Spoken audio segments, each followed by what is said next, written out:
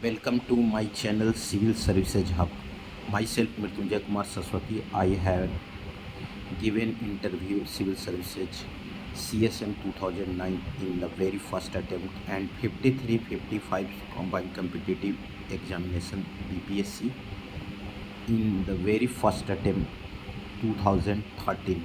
ये एग्ज़ाम था 2011 का और ACIO 2 interview in very first attempt given in 2014। अब मैं ये 2013 का एग्ज़ाम था। अब मैं सीधा बताऊंगा कि द हिंदू का डिस्कशन करने जा रहा हूँ इस वीडियो कम ऑडियो के माध्यम से। इसमें आपको कुछ चीज़ें वो जो है फ्रंट लाइन से लेकर के सारे पेज का states, news, editorial, business, text, context, फिर उसके बाद में वर्ल्ड या फॉरेन और लास्ट साइंस पेज और कुछ स्पोर्ट्स सभी का जिक्र करूंगा। दिल्ली एडिशन का ई पेपर है और धीरे धीरे मैं स्टार्ट करता हूं। अभी हाल के दिनों में न्यूज़पेपर में हमेशा चर्चा में रहता है बुलडोजर न्याय, खास करके माननीय जो honourable chief minister of Uttar Pradesh Yogi Adityanath की वजह से जो खास करके रेप के विक्टिम्स के जो रहते हैं उनके न्याय दिलाने के लिए या अन्य किसी प्रकार के गवर्नमेंट प्रॉपर्टीज़ को नुकसान करने के लिए जो एक्यूज्ड होते हैं उनके विरुद्ध बुलडोजर चलाया जाता है, उनके घरों को गिराया जाता है। हालांकि सरकार तर्क देती है, उत्तर प्रदेश सरकार का है कि ये प्रतिशोधात्मक डेमोलिशन नहीं है, रेट्रीब्यूटरी डेमोलिशंस नहीं है। ये इलीगल जो स्ट्रक्चर्स होते हैं वो नगर पालिका अधिनियम के तहत या नगर पालिका कानून के तहत ही गिराए जाते हैं और एक्यूज्ड को पहले नोटिस भेजी जाती है प्राधिकार के द्वारा, तभी गिराए जाते हैं। हालांकि सुप्रीम कोर्ट में जो याचिका गई थी उसके अनुसार जो डबल बेंच है जस्टिस BR गवई और जस्टिस KV विश्वनाथन ने कहा है कि किसी भी परिस्थिति में आप बुलडोजिंग किसी भी अभियुक्त के, एक्यूज्ड के घर को या उनके प्राइवेट प्रॉपर्टीज को नहीं गिरा सकते हैं या इवन उसके रिलेटिव्स के घरों को राज्य जो है, सरकार जो है वो नहीं गिरा सकती है पब्लिक। और ऐसा नहीं हो कि state act as a public retributions, प्रतिशोधात्मक जनशोधात्मक के रूप में काम करे, सार्वजनिक जनशोधात्मक रूप में, ऐसा करने की अनुमति जो है कानून नहीं देती है। इवन अगर कोई गंभीर अपराध में, ठीक है ना, या सीरियस क्राइम में या हेनियस क्राइम में भी कोई कन्विक्टेड होता है तब भी राज्य सरकार या संघ सरकार के स्तर पर उसको कानून जो है उनके स्ट्रक्चर्स को, उनके घरों को, प्राइवेट संपत्तियों को, उनके परिवार के आश्रय को गिराने की अनुमति नहीं देती है। तुषार मेहता ने कहा है कि सरकार जो है वो नगर पालिका कानूनों को अनुपालन करते हुए ही अवैध जो स्ट्रक्चर होते हैं, संरचना या बनावट होते हैं घरों के, उनके हिस्से को ही गिराया जाता है। और जो पूरी प्रक्रिया होती है उसमें सांविधिक जो स्टैट्यूटरी प्रोसीड्यूर्स है ना, या प्रोसीजर्स है, उसको अनुपालन किया जाता है। फिर भी अगर कोर्ट तय कर सकती है, एक विकल्प के रूप में विचार कर सकती है पेटिशंस के नैरेटिव पर, ठीक है ना, कि वो कैसे करे। हालांकि सुप्रीम कोर्ट ने कहा है, जस्टिस BR गवई और KV विश्वनाथन का जो डबल बेंच है headed by justice BR Gavai, कि किसी भी परिस्थिति में आप घर नहीं गिरा सकते हैं, इवन आपको कन्विक्टेड का भी नहीं गिराने की अनुमति है। लेकिन फिर भी 17 सितंबर को अगली सुनवाई होगी, उसमें याचिकाकर्ता के द्वारा भी सुझाव मांगे गए हैं और बाकी बाद में सुप्रीम कोर्ट तय करेगी। सेकंड पेज पर सेकंड जो न्यूज़ है वो फ्रंट पेज पर, ये बहुत इंपॉर्टेंट है। सेबी चीफ, आप जानते हैं कि फर्स्ट वीमेन जो सेबी चीफ बनी है उनका नाम है माधवी पुरी बुच। वो मार्च 2, 2022 को मतलब कार्यभार ली थी। इसके पहले वो सेबी की सिक्योरिटीज एक्सचेंज है ना, बोर्ड ऑफ इंडिया, सेबी का जो अध्यक्ष हैं वो securities and exchange board of India की जो अध्यक्षा हैं, ठीक है, उनके विरुद्ध हिंडनबर्ग जो मैगजीन्स है, शॉर्ट सेलर, उन्होंने भी आरोप लगाए थे और इन पर कांग्रेस पार्टी ने आरोप लगाया है। एक्स पोस्ट के माध्यम से मल्लिकार्जुन खड़गे ने कहा है कि माधवी पुरी बूच जो ICICI से सेवानिवृत्त होने के बाद भी वहाँ पर से सैलरी ले रही थी और लगभग 16.80 करोड़ रुपीस वो अर्न की, जबकि सेबी में वो ज्वाइन करने के बाद वहाँ से भी सेम पीरियड में 3.30 करोड़ सैलरी ली। तो ये कन्फ्लिक्ट ऑफ इंटरेस्ट होता है ठीक है। और एक ही पद पर एक ही व्यक्ति दो जगह रह करके दो बार पैसे अलग अलग इंस्टीट्यूट से लेना से है ना, सेबी से लेना, और फिर उसके बाद करंट अभी सेबी के चेयरमैन हैं। तो इस तरह की जो प्रक्रिया होती हैं वो उल्लंघन करता है SEBI 54, SEBI employees services regulation, SEBI जो कर्मचारी सेवा विनियमन 2001 के सेक्शन 54 का ये वायलेशन है। दूसरा, ये पवन खेड़ा आरोप लगाते हैं, ठीक है ना, जो मीडिया को देखते हैं, ठीक है ना, वो। और अपॉइंटमेंट कमेटी ऑफ कैबिनेट जो होते हैं उसमें प्रधानमंत्री अध्यक्ष होते हैं और अमित शाह मेंबर होते हैं। तो किस प्रकार से इस प्रकार कर दिया गया प्रक्रिया, उनको अपॉइंट किया गया है, ये आरोप लगाते हैं प्रधानमंत्री द्वारा लेट जो नियुक्ति मामलों के मंत्रिमंडल समिति है उस पर पवन खेड़ा ने आरोप लगाया है कि किस प्रकार से नियुक्ति किया गया, जबकि ये सेक्शन 54 का वायलेशन है कि उसी पीरियड में सेबी का मेंबर होते हुए और अध्यक्ष होते हुए आईसीआईसीआई बैंक से वो पैसा लेते हैं 12.63 करोड़। ठीक है। इसके अतिरिक्त 17 से 24 में whole time member of SEBI और लेटर चेयरमैन रही, वो 17 से लेकर के 2 मार्च 2022, 5 अप्रैल 2017 से लेकर 4 अक्टूबर 2021 तक वो फुल टाइम मेंबर रही। उसके बाद चेयरपर्सन मार्च 2022 से वो बन गए। उसके बाद आईसीआईसीआई प्रूडेंशियल से भी 22.41 लाख अमाउंट पैसा वो लिए हैं। इसके अलावा 21-30 में करंट सेबी चेयरपर्सन रही, तो वहाँ पर भी वो पैसे लिए। तो ये कैसे न्याय आपको हो रहा है?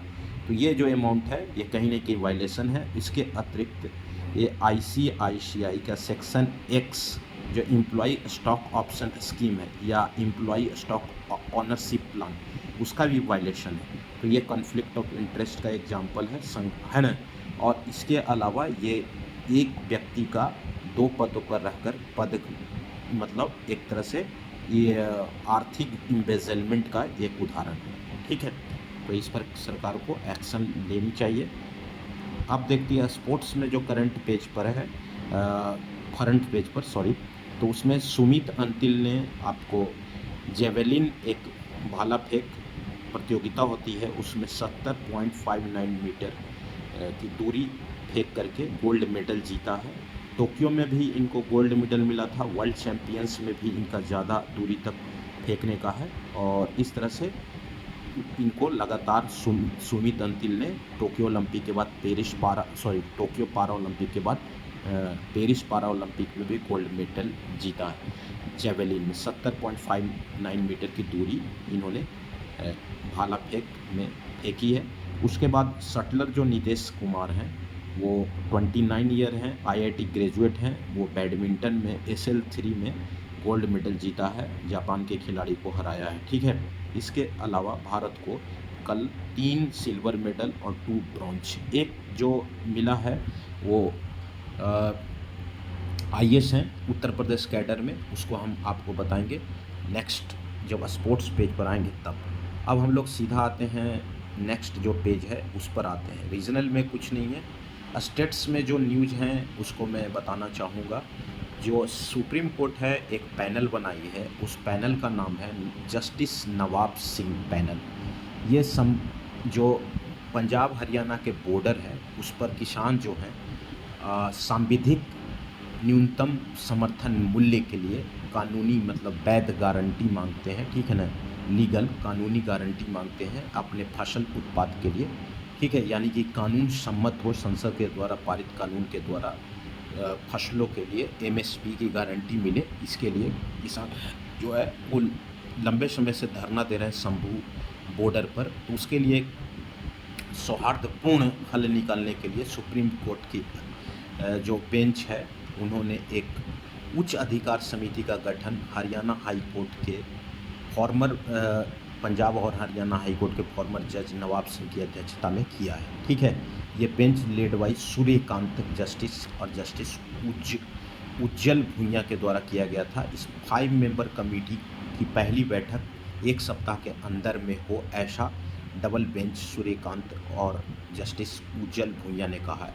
इसमें कई एक्सपर्ट ओपिनियन सदस्य बने हैं, जैसे x IPS officer BS Sandhu, Mohali resident Devinder Sharma जो एग्रीकल्चर एक्सपर्ट के रूप में जाने जाते हैं, प्रोफेसर रंजीत सिंह घूमन and doctor Sukhpal Singh agricultural economist हैं, कृषि अर्थशास्त्री हैं, पंजाब एग्रीकल्चर यूनिवर्सिटी से आते हैं। The bench suggested committee to seek expert opinion, ये ले सकते हैं। इसके अतिरिक्त भी ये ले सकते हैं। किन से ले सकते हैं? तो आपको दो प्रोफेसर हैं, प्रोफेसर बी आर कंबोज, याद रखेंगे B R Kamboj, and vice chancellor Chaudhary Charan Singh, Haryana agriculture university से वो सहायता ले सकते हैं। ठीक है, और एमिकेबली इनका होना चाहिए हल, क्योंकि लंबे समय तक हैं। ट्रैफिक कंजेशंस में भी ये बाधा होती है कि क्योंकि इन मैटर को हल करने के लिए कोर्ट ने अर्ज किया है कि किसानों से कि कम से कम राजनीतिक पार्टियों से वो दूरी बनाए रखें और नोट पॉलिटिसाइज द इशू, इस मुद्दे को राजनीतिकरण न दें, मतलब राजनीतिक रूप न दें। ठीक है, और राजनीतिकरण रूप न दें।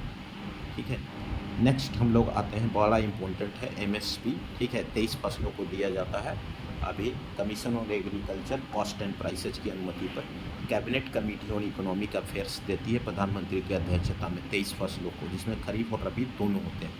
अब ये स्टैट्यूटरी गारंटी या लीगल गारंटी की मांग कर रहे हैं। कांग्रेस पार्टी के मैनिफेस्टोज में भी था, इंडिया ब्लॉक के जो कांग्रेस पार्टी लीड कर रही थी उनके भी मैनिफेस्टोज में था, और कई पार्टियां इसका समर्थन करती हैं। भारत सरकार इसका इसलिए समर्थन नहीं कर रही है कि प्रोक्योरमेंट कॉस्ट बहुत बढ़ जाएगा। ठीक है, ऐसे ही मतलब पंजाब और हरियाणा के किसान सबसे ज़्यादा धान बेचते हैं गवर्नमेंट के जो प्रोक्योरमेंट सेंटर होते हैं, एफसीआई के द्वारा जो गोडाउन्स होते हैं वहाँ खरीदे जाते हैं। ठीक है, और एफसीआई के द्वारा, और उसको फिर एमएसपी की गारंटी मिलती है, लेकिन लीगल गारंटी की ये बात कर रहे हैं। अब हम लोग सीधा आएंगे नेक्स्ट पेज पर। जो इम्पोर्टेंट है वो सुभद्रा योजना, जिसकी शुरुआत 17 सितंबर को प्रधानमंत्री नरेंद्र मोदी के द्वारा किया जाना है। इसमें क्या है, उड़ीसा गवर्नमेंट जो है अभी चुनाव जीत करके आई है लंबे समय के बाद, 25 सालों के बाद बीजू पटनायक की सरकार को सत्ता से बाहर करके बीजेपी वहाँ सरकार बनाई है। चीफ मिनिस्टर मोहन मांझी ने घोषणा पत्र में, पहले भी बीजेपी का था मैनिफेस्टोज में, संकल्प पत्र में, कि सुभद्रा योजना लाएंगे, और पूरे 5 वर्ष में जून में उड़ीसा गवर्नमेंट की कैबिनेट ने अनुमति दिया है, मंत्रिमंडल ने, कि 50,000 रुपया 5 वर्षों में 1 करोड़ महिलाओं को दिए जाएंगे। ठीक है, 2 इंस्टॉलमेंट में दिए जाएंगे 25-25 हज़ार करके। ठीक है, और 1 करोड़ महिलाओं को दिए जाएंगे। अब इनके लिए 2.5 लाख की ये 50,000 जो हैं वो वाउचर्स के रूप में मिलेंगे, कैश वाउचर्स, जिनका 2 वर्षों में यूज करना है ना। ये प्लान सीएम ने, मोहन मांझी ने घोषणा की थी कि 100 डे में कर देंगे। कांग्रेस पार्टी इस पर आरोप लगा रही है कि 1500 रुपये पर मंथ के हिसाब से आप देना चाह रहे हैं। ठीक है, लेकिन आप 1500 receiving financial aid 1500 per month या 18,000 per annum under any government scheme जो ये लेते हैं उनको नहीं मिलेगा। इस स्कीम में 15,000 प्रति मंथ अगर किसी प्रकार के फाइनेंशियल एड पाते हैं, या 18,000 पर एनम कोई भी गवर्नमेंट स्कीम्स में पाते हैं, या इनकम टैक्स देते हैं, या 5 एकड़ किसी सिंचित भूमि है, या इलेक्टेड मेंबर्स हैं असेंबली के या स्थानीय निकाय, चाहे अर्बन लोकल बॉडीज हों या पंचायती राज इंस्टीट्यूशंस को, 4 चक्के वाले गाड़ियों के मालिक हों, लेकिन ट्रैक्टर इसमें नहीं शामिल है। अदर स्मॉल लाइट गुड्स, जो कुछ छोटे वाहन हैं, जो गुड्स वाहन है, वस्तु ढोने वाली जो छोटे वाहन हैं, उनके अगर ओनर्स हैं तो आपको नहीं मिलेगी। बीजेपी प्रॉमिस 2 ईयर्स है ना 50,000, but they will get 10,000 in 2 installment. आप 50,000 देंगे, वो 2 साल में 25-25 हज़ार मिलेगा, तो 2 इंस्टॉलमेंट में आपको 25-25 हज़ार मिलना है। तो इसी का आरोप लगा करके चल रहा है सुभद्रा योजना। महिलाओं के आत्मनिर्भरता के लिए बहुत ज़रूरी है, क्योंकि लेटिंग डाउन महिला जो है एम्पावर्ड होंगी तो खर्च बढ़ेंगे और बच्चों का पोषण में सुधार होगा, महिलाओं को भी न्यूट्रिशन में सुधार होगा और क्रय क्षमता भी बढ़ेगी। सरकार इसीलिए इस योजना को लेकर के आई है। कई योजनाएं चल रही हैं। अभी झारखंड सरकार जो चला रही है JMSY, जो बोलते हैं झारखंड मुख्यमंत्री मैया सम्मान योजना, उसमें भी आपको 1,000 रुपये दिए जाते हैं। ठीक है, झारखंड के महिलाओं को जिनकी उम्र आपका निर्धारित किया गया है कि वो उम्र जो होनी चाहिए 21 से 60 साल तक, उनको 50 साल तक, क्योंकि 50 साल से ऑलरेडी 1,000 वहाँ पर पेंशन के रूप में दिए जा रहे हैं। इसी प्रकार से वहाँ पर भी झारखंड, ये महाराष्ट्र गवर्नमेंट ने भी अनाउंस की है, जिन परिवारों का 2.5 लाख से कम आय है प्रति वर्ष, तो उनको भी आपको दिया जा रहा है ना। लड़की मुख्यमंत्री लड़की बहन योजना, लाड़की बहन योजना या मुख्यमंत्री लाड़की बहन योजना, उसकी भी शुरुआत कर दी गई है। उम्र 21 से 60 है। उसी प्रकार से आपको लाडली योजना मध्य प्रदेश में भी आपको दिए जाते हैं 1250 रुपये। इसी प्रकार से छत्तीसगढ़ में भी महतारी योजना चल रहा है, उसमें 12,000 दिए जाते हैं। तो इस प्रकार की कई योजनाएं और पश्चिम बंगाल में भी चल रही हैं, उसमें 1,000 और 2,000 SC ST OBC महिलाओं को ज़्यादा दिए जाते हैं 2,000 और जनरल कैटेगरी महिलाओं को कम 1,000 रुपये पर मंथ दिए जाते हैं। तो इस तरह से ये कैश इंसेंटिव है, जिससे क्रय क्षमता है ना, परचेजिंग पावर से बढ़ते हैं और महिलाओं को आत्मनिर्भरता मिलती है और बच्चों के पोषण पर ध्यान देती हैं, अपना पोषण पर भी ध्यान देती हैं। ये फ़ायदा है। ठीक है, नेक्स्ट हम लोग आते हैं न्यू झारखंड भवन। ये उद्घाटित हो गया, श्री हेमंत सोरेन के द्वारा संथाली नृत्य किया जा रहा था। G+7 भवन है बंगला साहिब रोड में, आपको नई दिल्ली में। लंबे समय से डिमांड थी, हर राज्यों का अपना अपना भवन होता है, जैसे बिहार भवन चाणक्यपुरी में है। नेक्स्ट हम लोग आते हैं डिसास्टर मैनेजमेंट। बहुत इंपॉर्टेंट है ये क्यों इम्पोर्टेंट है ये आप समझ लीजिए कि आपदा प्रबंधन एक महत्वपूर्ण विषय हो गया है। आजकल के देखते हैं कि आपदाएं आते रहती हैं, चाहे वो सूखा के रूप में हो, फ्लड्स के रूप में हो, फ्लैश फ्लड्स के हो, जो बादल फटने की जो घटनाएं होती हैं, क्लाउड बर्स्टिंग, वो सब घटनाएं हो रही हैं, या सुनामीज के रूप में साइक्लोनिक स्टॉर्म्स, जो चक्रवातीय तूफान आते हैं, वो सब आते हैं। तो ये आपदा प्रबंधन या एवलांस होते हैं या लैंडस्लाइड्स, तो ये सब चीज़ें आप देखेंगे वायनाड में हुए। तो फ्लैश फ्लड्स, ये सब घटनाएं आजकल बढ़ रही हैं क्लाइमेट चेंज के कारण। तो इनके लिए डिसास्टर मैनेजमेंट एक्ट 2005 लाया गया था। उसमें प्रधानमंत्री के नेतृत्व में राष्ट्रीय आपदा प्रबंधन प्राधिकार होता है, नेशनल डिसास्टर मैनेजमेंट अथॉरिटी, उसके अध्यक्ष होते हैं और डिप्टी जो चेयरमैन होते हैं उनको नियुक्त किया जाता है और कई मेंबर होते हैं। उसी तरह से राज्यों में राज्य आपदा प्रबंधन प्राधिकरण SDA में होता है मुख्यमंत्री की अध्यक्षता में, और उसके उपाध्यक्ष होते हैं और कई सदस्य होते हैं। जिला स्तर पर डिस्ट्रिक्ट डिसास्टर मैनेजमेंट अथॉरिटी होती है, उसमें जो अध्यक्ष और सचिव के रूप में भूमिका निभाते हैं, DM और सेक्रेटरी के रूप में आपको SSP या SP सुपरिटेंडेंट ऑफ पुलिस और सीनियर सुपरिटेंडेंट ऑफ पुलिस। अब जो इस एक्ट में संशोधन किया जा रहा है, एक अर्बन डिसास्टर मैनेजमेंट अथॉरिटी बनाने की बात की जा रही है। किसकी बात की जा रही है? Urban disaster management authority. ठीक है, तो वो कैसे बनेगी वो आपको समझ लेना। देखिए, अर्बन डिसास्टर मैनेजमेंट अथॉरिटी की बात। दूसरी बात, एक नेशनल क्राइसिस मैनेजमेंट कमेटी भी बनाने की बात चल रही है। हाई लेवल की कमेटी होगी जो एक्शंस लेगा, लेकिन आप इसका आलोचना इसलिए किया जा रहा है इस बिल का, क्योंकि सेंट्रलाइजेशन एक चिंता का विषय होता है। जब भी आप सेंट्रलाइज करेंगे तो पैसे जो हैं वो त्वरित नहीं मिल पाते हैं। जैसा कि हाल फिलहाल में NDRF, national disaster response force, इसी के तहत जो डिसास्टर मैनेजमेंट एक्ट 2005 में आया था उसी के तहत गठित है, और SDRF का भी गठन है। तो रिलीफ फंड्स जो डिसास्टर के लिए मिलता है, वो पैसे आपको हम देर से मिलती है। तब तक वो आपदा में जो पैसे चाहिए, डिस्बर्समेंट जो पैसे का होता है वो देर से होता है, जैसा कि कर्नाटक, तमिलनाडु ये सब हुए। तो इससे क्या होता है, नुकसान ज़्यादा होता है। ठीक है ना, तो ये डाइल्यूट कर रहे हैं कि national amendment bill goes to dilute the wording of NDRF के जो नेशनल डिसास्टर रिस्पांस फंड है, राष्ट्रीय एक फोर्स भी होती है NDRF, national disaster response force और रिस्पांस फंड। तो NDRF जो होती है वो removing purpose for which the fund shall be used, उसमें पर्पस जो है वो हटा दिया जाएगा कि फंड का प्रयोग कहाँ किया जाए, है ना। ये डिसास्टर मैनेजमेंट का मेजर कंसर्न है। एक्सेस सेंट्रलाइजेशन होगा डिसीजन मेकिंग का, फंड्स का, तो डिसास्टर जो होगी उसकी स्थिति भयावह हो सकती है, गंभीर हो सकती है ना। प्रॉम्प्ट रिस्पॉन्स चाहिए, उसको त्वरित प्रतिक्रिया चाहिए सेंट्रल गवर्नमेंट के द्वारा। Currently absent in the act, इस एक्ट में ये चीज़ें अनुपस्थित हैं, इसमें नहीं शामिल किया गया है। डिलेड रिस्पॉन्स जो देखा गया है अभी, डिसास्टर रिलीफ फंड्स जो NDRF के द्वारा मिलते हैं वो तमिलनाडु को डिनाइड किया गया, मच लेटर टू कर्नाटक को भी। तो लूमिंग क्लाइमेट क्राइसिस होता है, तो ये डिसास्टर्स हैं, आपदा प्रबंधन कानून 2005 के तहत इसको लूमिंग क्लाइमेट क्राइसिस के तहत इसको विजिट किया जाना चाहिए, तभी अनुमति देनी चाहिए। दूसरा है कि NDA में, SDA में के अलावा अर्बन डिसास्टर मैनेजमेंट अथॉरिटी की भी बात की गई है स्टेट कैपिटल में।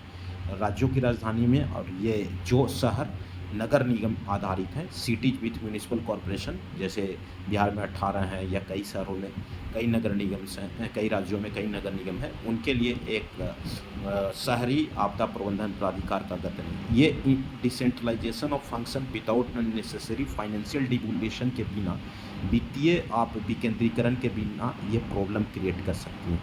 ठीक है। दूसरा बात आप देखते हैं कि minister of science technology art science जो हैं, वो जितेंद्र सिंह ने लोकसभा में कहा है कि डिसास्टर मैनेजमेंट जो एक्ट है वो 15th finance commission which did not find merit in expanding the scope of notified disasters.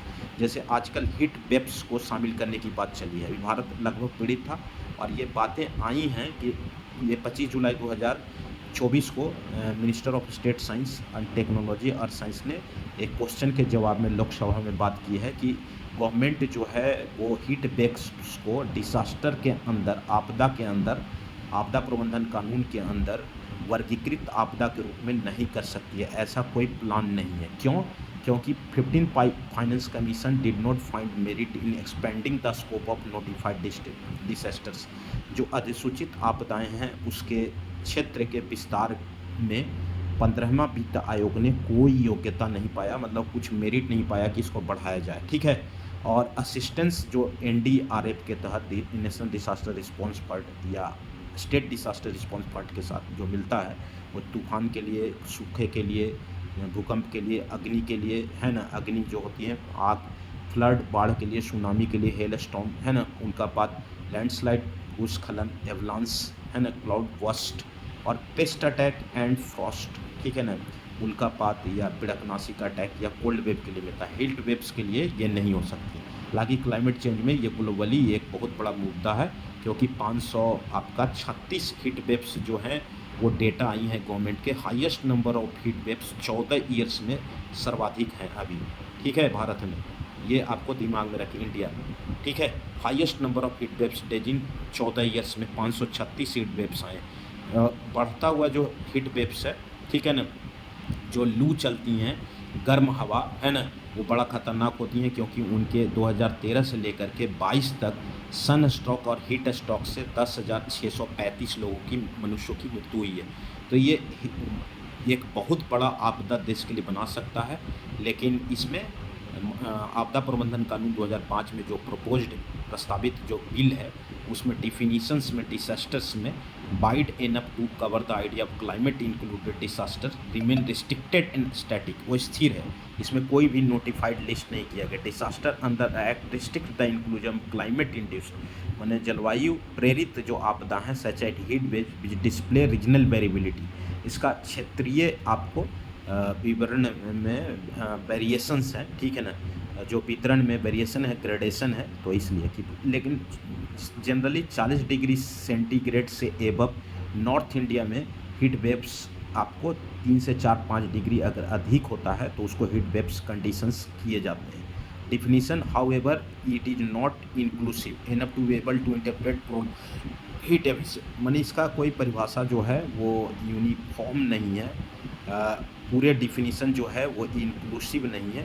आप देखिएगा एकिन टू एक्चुअल डिसास्टर, जैसे फ्लड्स वगैरह होते हैं, वो लॉस ऑफ ह्यूमन लाइफ होते हैं, है ना, very nature of climate induced disaster है, incongruous to idea of traditional disaster. Proposed bill is, इसमें अस्पष्टता है, लोकलाइज नेचर है, impact of climate issue. Relative issues क्या हो सकती हैं, कंटेम्प्रेरी चैलेंज जो होती हैं, वो डायनेमिक्स बिटवीन सेंट्रल और स्टेट गवर्नमेंट, वो देखना पड़ेगा।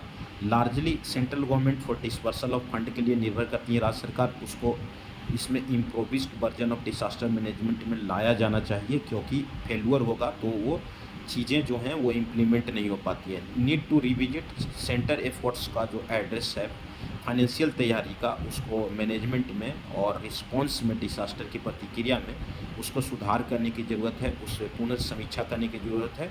और जो कन्वर्सेशन जो होता है revolves around the whether the centre और state responsible for loss of Wayanad में जो नुकसान हुआ है उसको विचार करना चाहिए। Manage disaster and predict their future occurrences, future जो भविष्य में अक्रंस होने वाली हैं उसके भविष्यवाणी के लिए और आपदा को प्रबंधन करने के लिए कुछ किया जाना चाहिए। ब्लेम गेम नहीं होना चाहिए, ओनली मूव अवे फ्रॉम जो ट्रू स्पिरिट है सहकारी संघवाद का, वो उसका डिफिट होता है। तो इस तरह की चीज़ें हैं।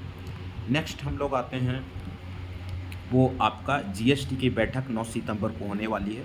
2/3 इसमें बहुमत राज्यों की होती है। राज्य सरकार के रेवेन्यू मिनिस्टर या फाइनेंस मिनिस्टर सदस्य होते हैं, और सेंट्रल लेवल पर जो वित्त मंत्री होते हैं वो अध्यक्ष होते हैं, ठीक है। और जो वित्त राज्य मंत्री होते हैं वो उपाध्यक्ष होते हैं। इसकी बैठक होने वाली है, इसमें कई बातें उठने वाली हैं। प्लस सबसे पहला तो मुद्दा भी लोकसभा में बैठक में जो सत्र आयोजित किए गए थे, बजट सत्र या सो कॉल्ड मानसून सत्र भी कह सकते हैं, क्योंकि चुनाव के बाद हुए थे जनरल इलेक्शन, तो वहाँ पर जो लाइफ इंश्योरेंस और मेडिकल इंश्योरेंस पर जो 18% जीएसटी लगता है, गुड्स एंड सर्विसेज टैक्स, उसको हटाने की बात की गई, क्योंकि जो भारत में पेनिट्रेशंस हैं वो बहुत कम है। याद रखेंगे, बहुत ज़्यादा कम है पेनिट्रेशंस, खास करके जो लाइफ इंश्योरेंस है उनका पेनिट्रेशंस तो थोड़ा ठीक है ना, 75% है, लेकिन मतलब जितना इंश्योरेंस है उसका 75%, 25% ही मेडिकल इंश्योरेंस है। लेकिन एवरेज अगर भारत में कहते हैं 100 में से 4 लोग ही इंश्योरेंस से, मतलब जो बीमा से आच्छादित हैं, और बाकी लोग नहीं कवर्ड है, जबकि ग्लोबल एवरेज जो है 7% है। तो ये एक बहुत बड़ी बाधा आती है। लगभग 82 से 85 हज़ार करोड़ रुपये, 24 हज़ार करोड़ रुपये इससे वसूले गए, जो गवर्नमेंट को किटी में चले गए हैं। हालांकि वित्त मंत्री लोकसभा में ये तर्क दिए हैं कि इनके पैसे जो हैं वो राज्यों को भी हिस्सेदारी के रूप में जाते हैं, है ना। इसके अलावा आप जान लीजिए कि जीएसटी काउंसिल ही इसके फैसले को ले सकती है, और जीएसटी काउंसिल में ज़्यादातर बहुमत 2/3 राज्यों का है। अगर राज्य सरकार इस पर सहमत होते हैं तो वहाँ पर वापस लिए जा सकते हैं। तो विद इन आउटसाइड ये चर्चा कर रहा है, ठीक है ना। इंश्योरेंस पर जो जीएसटी लगते हैं, चाहे वो goods and services, health insurance हो और लाइफ कवर हो, तो इसको हटाने की बात चले। दूसरा एक मुद्दा है कि एक्सपेक्टेशन अपकमिंग मीट रिजॉल्व्स, क्या क्या ये घूम सकते हैं। दूसरा जो मुद्दा है आप जान लीजिए, ठीक है। उसमें मुद्दा क्या है, दूसरा मुद्दा है कि ग्रुप ऑफ मिनिस्टर 2021 में एक अपॉइंट किया गया था जीएसटी काउंसिल के द्वारा। उसमें बहुत से मुद्दे हैं, जैसे मच एवेटेड रिव्यू है, जैसे कॉम्प्लिकेटेड टैक्स सिस्टम है क्रिटिकल, उसको कैसे करें, टैक्स पेयर की चैलेंज की चुनौती को पॉलिसी डायरेक्शन में महत्वपूर्ण है, ठीक है ना। जैसे मल्टीपल रेट स्ट्रक्चर है, उसको चेंज करने की बात। फिर जीएसटी में आपको इलेक्ट्रिसिटी, बिजली, पेट्रोलियम पदार्थ, स्पिरिट वगैरह को लाने की जो बात हो रही है, इलेक्ट्रिसिटी, पेट्रोलियम, एल्कोहल, उनको जीएसटी के नेट में लाया जाए, क्योंकि राज्य सरकार इससे ज़्यादा राजस्व लेती हैं, इसलिए लाने से मना करती हैं। ये भी इशू ट्रिकी हैं, लेकिन वर्षों से ये मांग है। अगर ये हो जाता है तो भारत में पेट्रोलियम प्राइसेज कम हो जाएंगे, जिससे जनता पर इसका भार कम पड़ेगा, और डीजल के दाम भी कम हो सकते हैं। तो ये इस तरह से है।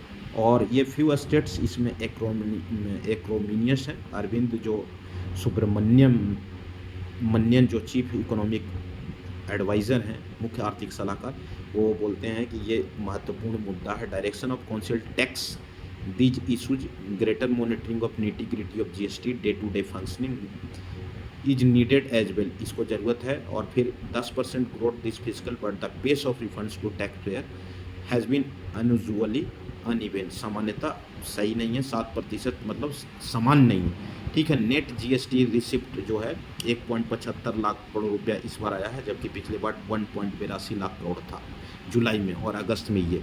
तो ये जो कम हो रहे हैं उसके लिए क्या है, लास्ट 5 मंथ्स में 7% जो है नेट जीएसटी रिसिप्ट वो आपको कम हुए हैं, लेकिन 15% in months when refund dropped sharply. Council must not overlook such details, they में seem relatively obscure in bigger picture के रूप में वो देखेंगे। अर्जेंटली ट्विस्ट फॉर इंडस्ट्री के लिए भी ये जरूरी है, और बीट रजिस्ट्रेशन और रिफंड चैलेंज को भी देखेंगे। और कन्फ्यूजन जो होते हैं recent large tax demands on IT measures, वो मांग जो चल रही हैं उसके भी कन्फ्यूजन को दूर किए जाएंगे, ठीक है। तो ये किए जाएंगे, मतलब ऐसी आशा किए जाते हैं कि इन मुद्दों पर भी चर्चा करेंगे, ठीक है, तभी जा कर के होता है। जो ग्रुप ऑफ मिनिस्टर्स गठा गया था वो रिवैम्प्ड रेट स्ट्रक्चर के लिए बात सहमति थोड़े से कठिन हो सकते हैं, है ना। Couple of alternative for the revamp rate है, कंसेंसस डिफिकल्ट टू अटेन, तो रिवैम्प किए जा सकते हैं। Which could then deliberate over the council, possibly some public feedback इसमें भी लिए जाएँ। बियॉन्ड द ब्रॉडर रिवैम्प नहीं होगा, तो council could also be brief this time on the feasibility of reviewing the 18% GST जो इंडिविजुअल गुड्स एंड सर्विसेज, चाहे वो हेल्थ इंश्योरेंस हो, इस पर भी विचार कर सकती है, क्योंकि ये पार्लियामेंट में मुख्य मुद्दा रहा था। नेक्स्ट हम लोग आते हैं चाइना अफ्रीका जो forum on China Africa cooperation, उसकी 9वें संस्करण 9th एडिशन की बैठक सितंबर 4 और 6 2024 को कल, परसों और नरसों होने वाली है बीजिंग में। ये इवेंट क्यों इम्पोर्टेंट है कि अफ्रीकन नेशंस किसी भी देश के लिए इम्पोर्टेंट है। हालांकि अफ्रीकन नेशंस में 54 देश हैं, 54 देशों में बहुत से देश जो हैं विभिन्न प्रकार के मुद्दों से उनको सामना करना पड़ रहा है, जैसे उच्च मुद्रास्फीति, हाई इन्फ्लेशन और मुद्रा अवमूल्यन, और हैवी भारी कर्ज से वो डूबे हुए हैं, और अनकॉन्स्टिट्यूशनल मिलिट्री टेकओवर्स, जैसे कू बोलते हैं, है ना, COUP, कू, जो असंवैधानिक सैन्य जो सरकार अधिग्रहण कर लेती है, तख्ता पलट जिसको बोलते हैं। और जियो पॉलिटिकल चैलेंज भी बहुत हैं, जैसे इजराइल हमास वार आफ्टर अक्टूबर 7, 2023 के बाद जो चल रही हैं, उसमें लगभग आपको 41 हज़ार लोगों की मृत्यु हुई है, 94,000 के आसपास घायल हुए हैं। रशियन यूक्रेन वार्स 24 फरवरी 2022 से वो चल रहे हैं, उनके भी। और हुती रिबल्स जो शिया हैं, ईरान समर्थित हैं, उनका जो हुती विद्रोही यमन में है, वो कॉमर्शियल शिपिंग पर भूमध्य सागर में और रेड सी में जो हमले कर रहे हैं, तो उसको लेकर के भी ये चीज़ें रही। हालांकि ये समिट फैटिग्यू है। इसके अलावा अफ्रीका के साथ अफ्रीका +1 जो समिट होती हैं, चाहे टर्की के साथ, रसिया के साथ अफ्रीका +1, साउथ कोरिया के साथ US अफ्रीका लीडर समिट भी अभी आयोजित किए गए थे। 54 लीडर्स इसमें अटेंड किए थे, लेकिन बंजुल, ठीक है ना, सेनेगल बंजुल फॉर्मेट है, वो 15 कंट्रीज उसमें भाग लेते हैं, प्लस अफ्रीकन यूनियन कमीशन भी इसमें भाग लेती है।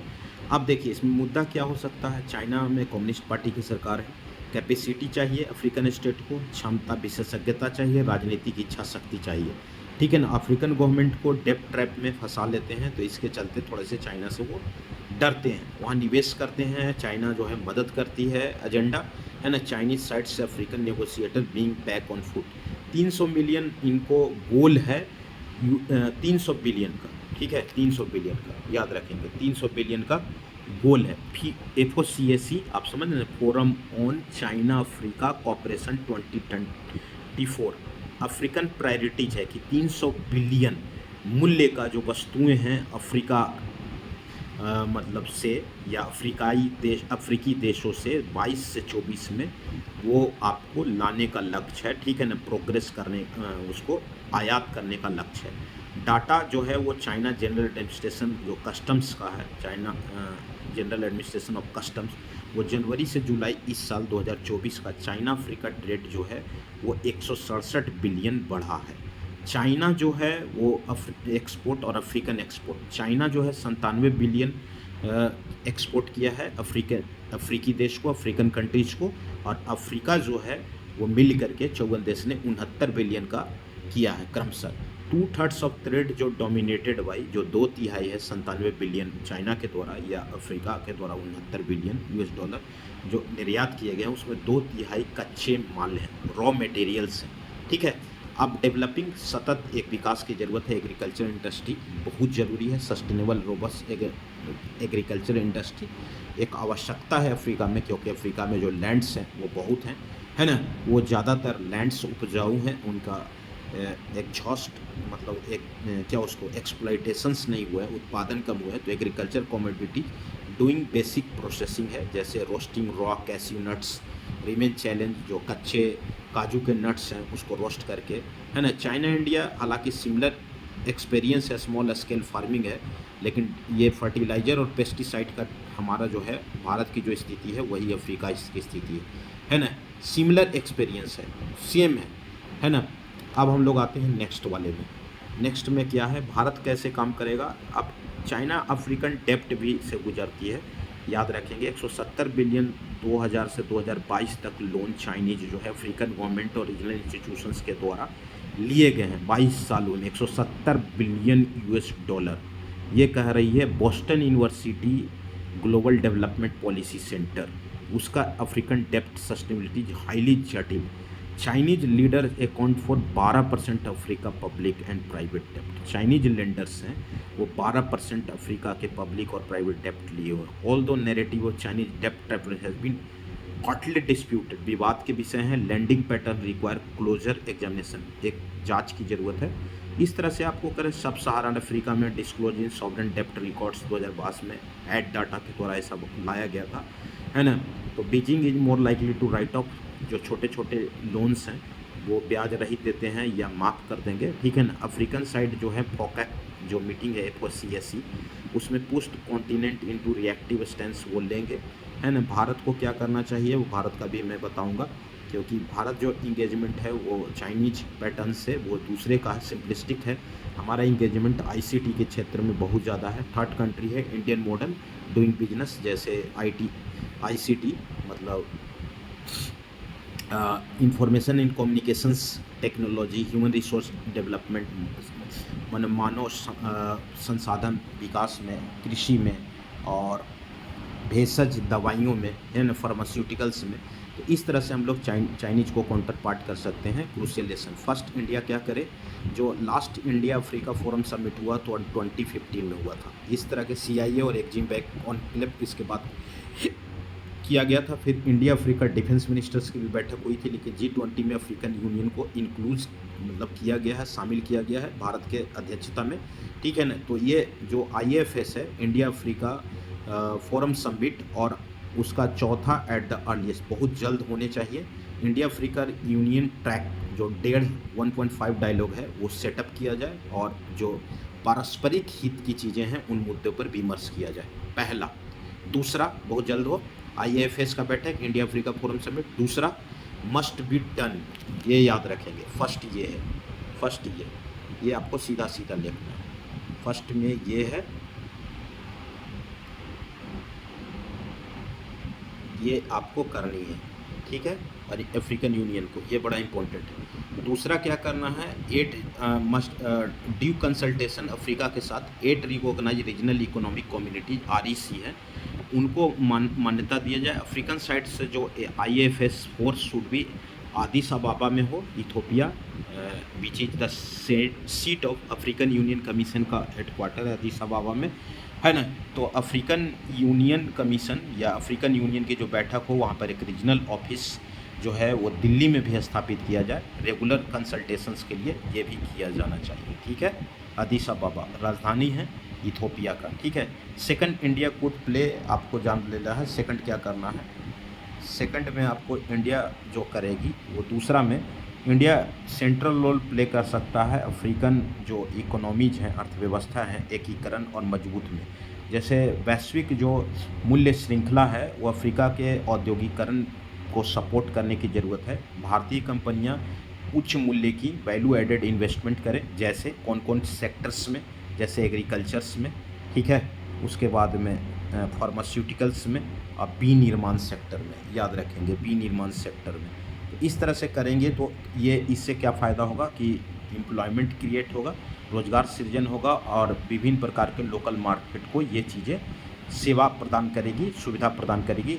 इंडियन कंपनीज जो अफ्रीका में वर्क कर रही हैं वो फार्म मैकेनाइजेशन, कृषि के जो यांत्रिकरण है उसमें भी निवेश कर सकती हैं, याद रखेंगे। तो उसके अलावा क्या करेंगी, याद रखेंगे, ठीक है।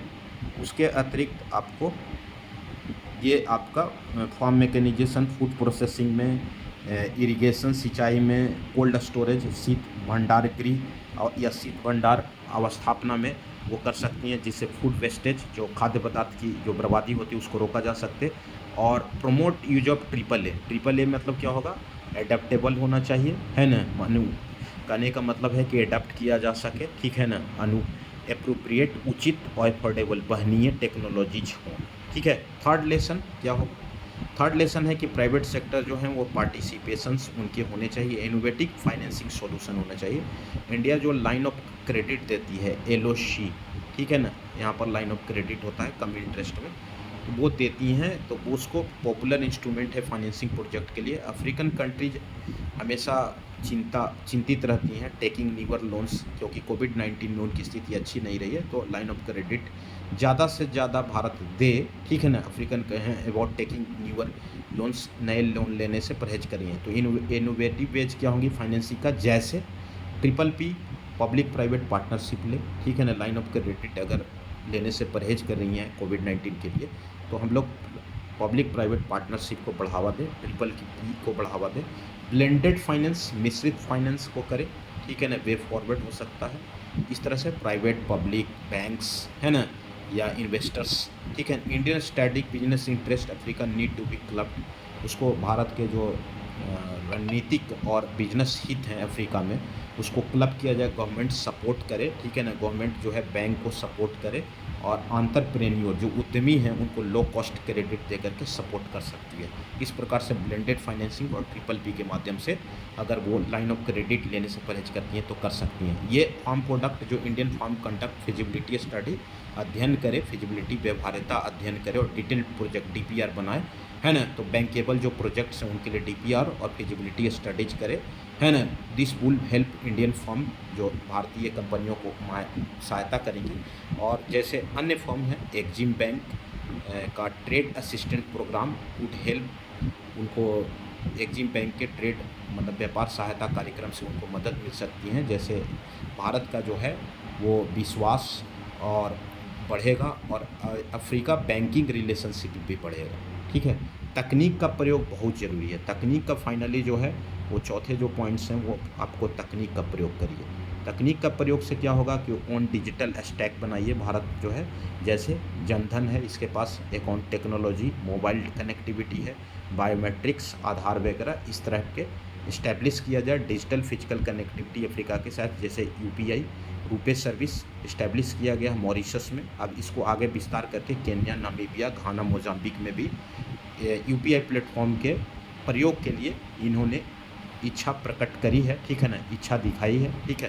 तो इस पर भी काम किया जाए। इंडियन जो भारतीय बैंकिंग है वो फॉरेक्स रिस्क जो है रुपया आधारित लाइन ऑफ क्रेडिट रिप्लेस करके must replace dollar based one, है ना। रुपया आधारित जो लाइन ऑफ क्रेडिट है must replace dollar based one, dollar बना जाए। African nation lose billions of dollars annually in exchange rate. हम लोग को क्या करना चाहिए कि इंडियन बैंकिंग है reduce forex risk. Forex risk कैसे करेगा, रुपया आधारित line of credit must replace dollar based one, dollar आधारित ऋण नहीं दिए करके रुपया आधारित दिया जाए, क्योंकि वो एक्सचेंज में अफ्रीकन जो राष्ट्र हैं, अफ्रीकन नेशंस, वो बिलियंस ऑफ डॉलर्स प्रति वर्ष एक्सचेंज रेट्स में विनिमय दर में खोते हैं। तो इस तरह का करना चाहिए। Therefore making transaction currency neutral हो, interest of both India and Africa. African country जो हैं वो ग्रेटर ऑनरशिप स्ट्रेटजिक थिंकिंग पर ले, उनके सिटीजन हैं जो accountability from the government to ensure their economy move up value chain के रूप में वो ध्यान दे, सरकार वहाँ पर इस तरह से करे। और they are trying to change narrative surrounding Africa by positioning the continent as a investment destination.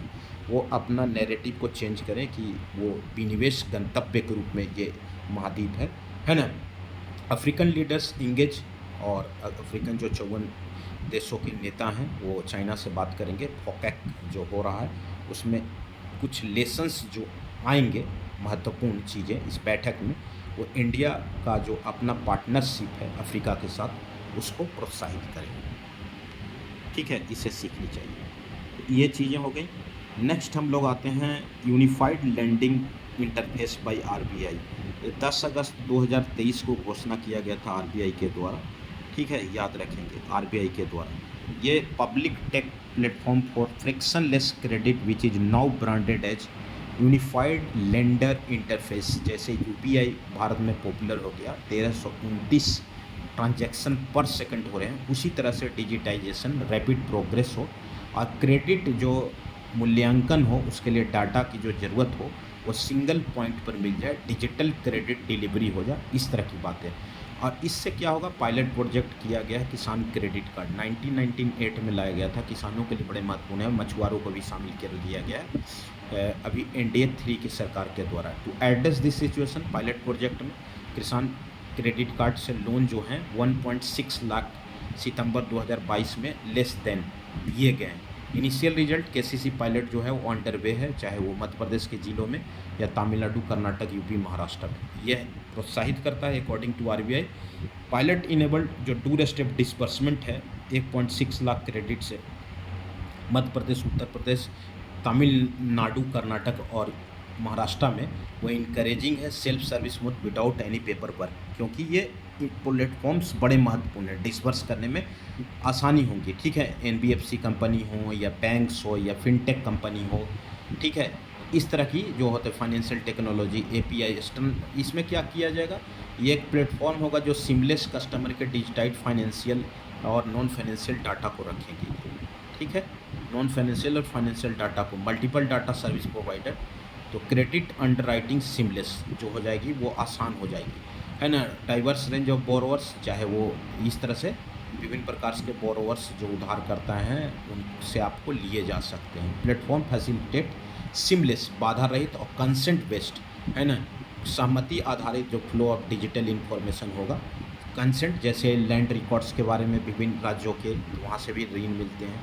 ठीक है, फिर उसके बाद में this will bring down time taken, जो लिए जाते हैं उससे समय बचेंगे। क्रेडिट अप्राइजल, ठीक है, स्मॉलर एंड रूरल, छोटे और ग्रामीण जो उधार ऋण मन उधार लेने वाले जो है ना, ऋण लेने वाले, है ना, रूरल बोरोवर्स, उधार कर्ता जो होते हैं वो एनी क्रेडिट हिस्ट्री से वो ले सकते हैं। ठीक है ना। यूएलआई आर्किटेक्चर है कॉमन स्टैंडर्डाइज्ड, एक इनका एप्लीकेशन प्रोग्रामिंग एपीआई होगा जो प्लग एंड प्ले मोड पर काम करेगा। डिजिटल एक्सेस रहेगा डाइवर्स सोर्सेस से, है ना, जिससे जटिलताएं जो होंगी टेक्निकल इंटीग्रेशन हो जाएगा। और बोरोवर्स, उधारकर्ता जो लेने वाले हैं, लेंडर्स, है ना, और सॉरी जो उधारकर्ता हैं लेंड लेने वाले हैं उनको फ़ायदा होगा और जल्दी मिलेगा, त्वरित मिलेगा, बिना टाइम कंज्यूमिंग के मिलेगा, समय खपाए हुए मिलेगा। Requiring extensive time consuming documentation की ज़रूरत पड़ती है, वो सब चीज़ें ज़रूरत नहीं पड़ेगी, है ना। इसके लिए आपको इस तरह की चीज़ें हैं। यूएलई डिजिटल क्रेडिट इंफॉर्मेशन है जो डाटा प्रोवाइड कर देती है और एक्सेस डाटा जो है वो मिल जाएगा, जिसे प्लग एंड प्ले मोड में कनेक्टिविटी एक प्लेटफॉर्म में लोन एप्लीकेशन अप्लाई कर देंगे। इस प्रकार से फ़ायदा होगा। इस तरह की चीज़ें होंगी। नेक्स्ट हम लोग आते हैं, नेक्स्ट है सेंट्रल कमांड लखनऊ, उत्तर प्रदेश। ठीक है, वहाँ पर एक बैठक आयोजित होने जा रही है, पहली ज्वाइंट कमांडर्स कॉन्फ्रेंस। जितने भी तीनों सेना के हैं उसमें कमांडर्स भाग लेंगे, है ना। Creation of integrated theatre command भी प्रेजेंटेड डिफेंस मिनिस्टर के द्वारा इसमें प्रेजेंट किए जाएंगे। भारत में थिएटर कमांड की बात चल रही है, एक नॉर्थ में, एक वेस्ट में और एक जो आइलैंड हैं उनके लिए। तो नॉर्थ में आपको कई हैं, जैसे लेह में, सिलीगुड़ी में पूर्वी क्षेत्र में, शुलूर में और प्रयागराज में 4 जो हैं ज्वाइंट लॉजिस्टिक नोड्स होंगे। इसके अलावा 3 जो हैं अस्तित्वान नोड्स हैं, मुंबई, गुवाहाटी और पोर्ट ब्लेयर। एक पश्चिम में मुंबई, पूरब में गुवाहाटी, पोर्ट ब्लेयर जो है वो आइलैंड के लिए, नॉर्दर्न बॉर्डर्स के लिए और वेस्टर्न बॉर्डर्स के लिए वो कवर करेंगे, मैरी टाइम कमांड। और इस तरह से थिएटर कमांड खोले जाएंगे। और जो 4 star vice chief of defence staff should be 4 star officer, 3 services chief and chief of defence staff. ये कमांडर्स जो all 3 commander of theatre command as well as vice chief of, इसमें क्या होगा, जो मोर प्रोमिनेंट रिकमेंडेशन है वो multiple sources that all 3 commanders of theatre command, जो तीनों थिएटर कमांड के हैं, चाहे मुंबई वाले, चाहे गुवाहाटी वाले, चाहे port Blair, vice chief of defence staff, और शुड भी 4 स्टार ऑफिसर होना चाहिए। 3 सर्विस चीफ, चाहे वो तीनों सेना के अध्यक्ष, थल, वायु और नेवी, नौसेना, और chief of defence. First JCC जो ज्वाइंट कमांडर्स कॉन्फ्रेंस लखनऊ में सेंट्रल कमांड में आयोजित होने जा रहा है, उसका थीम क्या है भाई, सशक्त और सुरक्षित भारत, ट्रांसफॉर्मिंग आर्म्ड फोर्सेज, सशक्त और सुरक्षित भारत, आर्म फोर्सेज का रूपांतरण। ठीक है, तो इस तरह से पाइवटल प्लेटफॉर्म होगा जिसमें तीनों सेना का, और आजकल क्रॉस स्टाफिंग की भी बात की जा रही है, एक दूसरे के मतलब जैसे establishing joint logistic nodes in future में cross staffing, training between the 3 services ये करेगा, इंटीग्रेशन करेगा, एकजुटता लाएगा, क्रॉस पोस्टिंग करेगा। अब इनका जो है ट्रेनिंग ये हेडक्वार्टर्स में और ट्रेनिंग इस्टेब्लिशमेंट में भी ये पोस्टिंग जारी है। इस तरह के थिएटर कमांड चाइना वगैरह में है, हमारे यहाँ नहीं है। तीनों सेना ज्वाइंटनेस के साथ काम करेगी। 3 theatre command, 2 land focusing on western और नॉर्दर्न बॉर्डर और एक मैरीटाइम, तो है ना, मुंबई, गुवाहाटी और पोर्ट ब्लेयर। इसके अलावा ज्वाइंट लॉजिस्टिक यूनिट्स जो बनेंगे वो 3 जगह बनेंगे, लेह, सिलीगुड़ी और सुलूर। ठीक है, तो ये आपको ध्यान में रखना। नेक्स्ट हम लोग आते हैं अभी प्रधानमंत्री की ब्रुनेई यात्रा चल रही है और सिंगापुर कल जाएंगे। सिंगापुर भारत का अगर सिंगल फॉरेन डायरेक्ट इन्वेस्टमेंट आता है तो आंसर करेंगे सिंगापुर से आता है, याद करेंगे, ठीक है ना, सिंगापुर से आता है, याद रखेंगे। सिंगल के मैं बात कर रहा हूँ, सिंगल फॉरेन डायरेक्ट इन्वेस्टमेंट जो भारत में आती है वो सिंगापुर से आती है, ठीक है। उसके बाद भारत जो है वो आसियान का सदस्य देश तो है ही, इसके अलावा भारत जो है आसियान से एफटीए भी किया हुआ है, आसियान से trades in goods and agreement भी आपको किए हुए हैं, ठीक है। सिंगापुर एक महत्वपूर्ण है, भारतीय मूल के लोग भी रहते हैं और टॉप जो बिजिएस्ट जो पोर्ट है बंदरगाह उसमें सिंगापुर है, बड़े पोर्ट जो टॉप 10 है उसमें सिंगापुर है। भारत का छठा ट्रेडिंग पार्टनर्स है सिंगापुर, याद रखें। भारतीय मूल के भी लोग रहते हैं, चाइनीज मूल के भी रहते हैं और कई मंत्री भी हैं, है ना, और ये आप ध्यान रखेंगे। अभी वहाँ के प्रेसिडेंट भी हैं भारतीय मूल के, तमिलनाडु से आते हैं, तमिल लोग ज़्यादा रहते हैं और भारतीय मूल से, तो उसको आपको जानना है। सिक्स लार्जेस्ट ट्रेडिंग पार्टनर्स है लार्जेस्ट एशियन रीजन में, याद रखेंगे, ठीक है। ब्रुनेई लोएस्ट ट्रेडिंग है, हमारे 500 बिलियन यूएस डॉलर का है, लेकिन एलएनजी लिक्विफाइड नेचुरल गैस का जो है वो पार्टनर हो सकता है। तो इस तरह से स्ट्रेटजिक पार्टनरशिप को मजबूत करना है। इंडिया और ब्रुनेई जो है वो एमओयू करेंगे स्पेस कॉपरेशन में, टेक फर्दर जो 2018 कॉपरेशन एग्रीमेंट सेटेलाइट ट्रैकिंग का हो उसको आगे ले जाएंगे। दूसरा है 2018 का कॉपरेशन एग्रीमेंट जो है उसको, और लॉरेंस बोंग से भी मिलेंगे, न्यू प्राइम मिनिस्टर जो लॉरेंस बोंग है सिंगापुर, उससे जो मई में शपथ लिए हैं। 2 लीडर्स विटनेस फॉर एग्रीमेंट, कौन कौन एग्रीमेंट, सेमीकंडक्टर जो भारत में 4 यूनिट लगने वाली हैं, एक सानंद में, 2 धोलेरा में, दूसरी तीसरी, मतलब 2 सानंद में, एक धोलेरा में और एक मोरीगांव असम में। मोरीगांव वाले यूनिट का जो है वो बनना कंपनी का स्टार्ट हो गया टाटा पावर के द्वारा, और जो धोलेरा में एजी पावर के द्वारा और केएनस के द्वारा सेमीकंडक्टर बनाने की यूनिट की अनुमति 3300 करोड़ के लागत से 2 सितंबर 2024 को कैबिनेट ने दिया है, ठीक है। इसमें चारों मिल करके लगभग 7 करोड़ चिप पर डे देंगे और 1.5 लाख करोड़ का इन्वेस्टमेंट आएगा। तो सेमीकंडक्टर बहुत महत्वपूर्ण है इलेक्ट्रिक व्हीकल के लिए, ऑटोमोबाइल्स के लिए, या उनके जो चिप्स बनते हैं, या मोबाइल्स के लिए, या इलेक्ट्रॉनिक उपकरण, इलेक्ट्रॉनिक डिवाइसेज के लिए। तो ये आपको जानना है। ये हम लोग semiconductor, digital cooperation, health care और स्किलिंग, ठीक है। कौशल के लिए भी जो है सिंगापुर फेमस है, और यहाँ स्पेस के लिए ये इम्पोर्टेंट है ना। हसन बोल्किया के आमंत्रण पर भारत का किसी भी प्रधानमंत्री की द्विपक्षीय पहली यात्रा है।